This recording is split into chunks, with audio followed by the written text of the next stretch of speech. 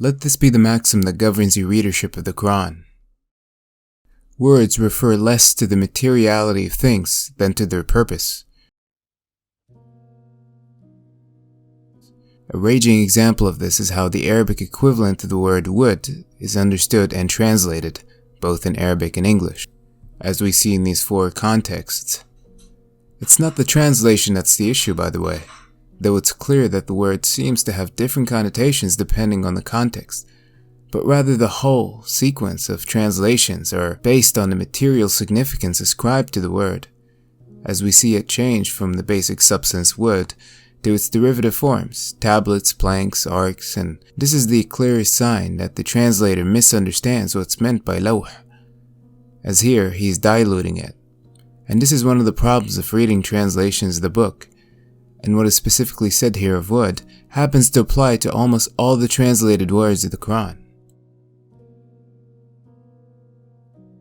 As first principle rule and condition, what the reader must do in cases like these is think about the concept in such a way as to feign not knowing what the word means, deploying what's essentially the equivalent of the Socratic method of meutics, or midwifery as it's rather known, of deriving the meaning by asking rather than imposing the answer by assuming. In this case, of wood. Asking what is meant by lawh, what makes lawh lawh in these contexts. Here, I reevaluate my preconceptions of the word and let go of what I thought it meant. It'll soon turn out, by the way, like the slave boy Meno from the Platonic dialogue by that name, whom Socrates shows as innately possessing knowledge of the principles of geometry without having previously studied them, that likewise we have this innate ability to know without reliance on external sources. What's precisely meant by something like lawh or any other word of the Quran is just so written that way. Rather, what the reader needs to do is simply find every context and verse in which the word occurs and examine each one. The meaning will not emerge right away, but as we gradually learn to understand the contexts themselves by relating them to each other, the meaning of the word will naturally emerge. Looking at the story of Noah in particular, it'll occur to him that Noah's Ark couldn't have survived a flood of the scale described in the Quran. The common wood is much too fragile and brittle that Noah's Ark couldn't have been a ship of the kind that one imagines would have been built in ancient times, much less of the kind that could host, as the Quran put it, a pair of everything that could survive a cataclysm of such tectonic proportions as would annihilate all life on Earth. Of tsunamis and mega-tsunamis, earthquakes, storms, and water pressures with levels to which even modern warships and submarines would not have been immune. And combining the preconceptions of the materiality of the wood, which is the wrong approach, and the connotations of technological inferiority associated with antiquated times, the reader is bound to give up thought altogether and call nonsense. But that's exactly where letting go of one's preconceptions is crucial.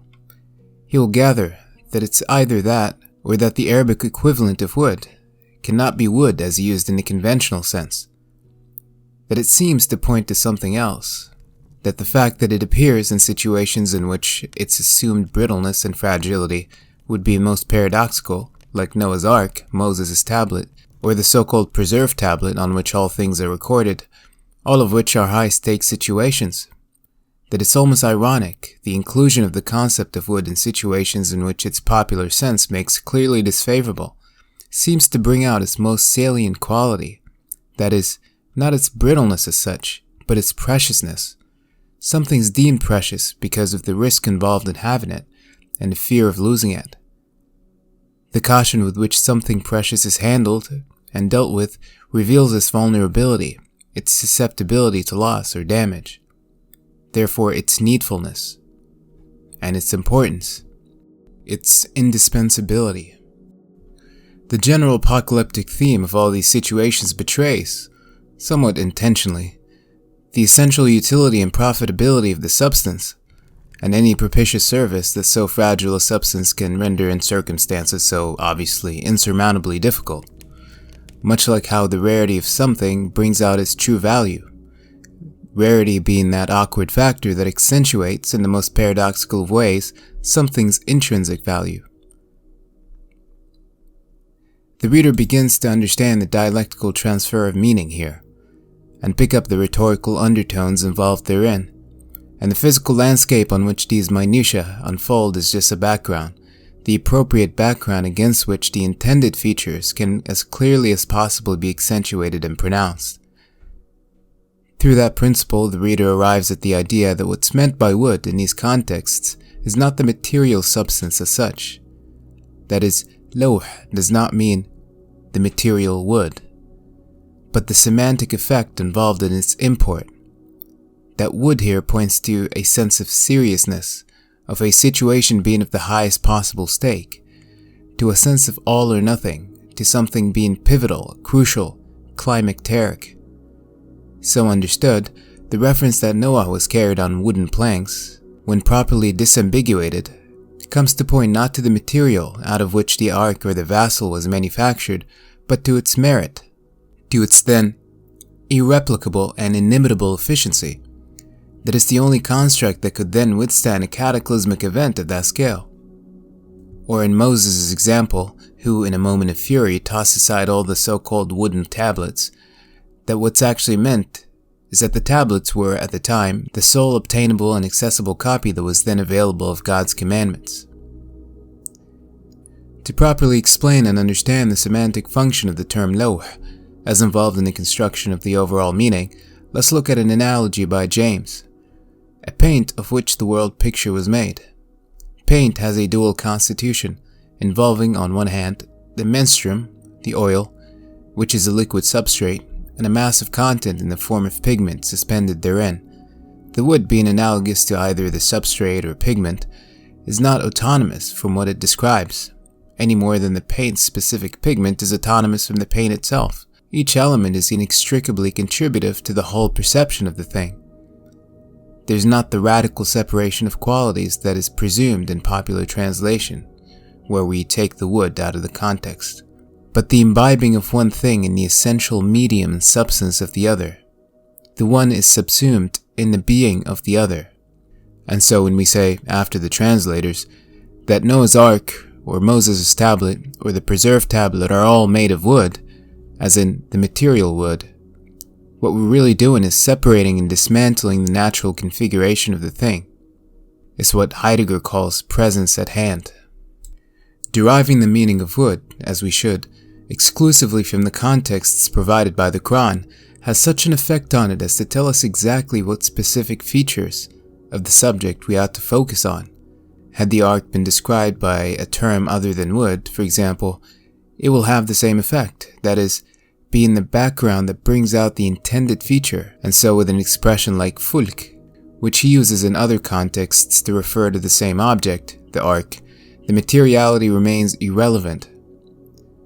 As this new expression, when properly analyzed, as we did wood, or lawh, would reveal another teleological property of it. This time not its inimitable efficiency, or its one of kindness, but the goal or proper end for which it was made. Again, to do this, we must forget everything that we think fulk stands for and look at how the Quran uses it by examining all the different contexts in which it appears. Now, since the word is mentioned frequently, suffice it that we cite, for now, its uses in the widest possible diversity, as it's here, when a word is used outside its original context, that its true meaning emerges the most. As Gadamer put it, if a word is applied in a sphere in which it did not originally belong, the actual original meaning emerges clearly.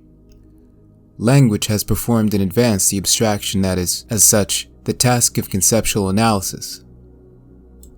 Here with fulk, we have its maritime sense as something to do with seafaring activities, then its astronomical use as a mechanism that regulates and or describes the dynamic motions of the day and night, the sun and moon. The expression fulk, when applied to the sun, moon, day and night in the 4 verses of chapter 91, means the teleological mode of being which they fulfill. Much like how a plane is so designed and programmed as to take passengers from one airport to another, inasmuch as how the idea of a plane contains the technical machinery that specifically allows the plane to cross a hostile medium, a machine being that which has a certain definite task to fulfill. There is here focus on the end towards which the machine or plane is designed to strive, This is basically what Fulk means, noting that what makes this notion so unique is the presence of a negative medium, that the movement towards entelechy, or the end/destination, must go and traverse a hostile medium. Fulk is that vehicle which ensures, in concept and in theory, a successful transition from point A to point B. Thus each of the four celestial principles have a teleological mechanism that allows them to function in the way that they were intended. Their hostile medium is that which would otherwise cause them to fall out of harmony, but also that from which they possess the proper mechanism of traversal. It's clear that the two interpretations are incommensurable, that is, the materialist one and the other one. The one, call it the materialist, though it's only an approximate definition, is a different methodology and approach than what's required to understand the more organic form of Quranic diction.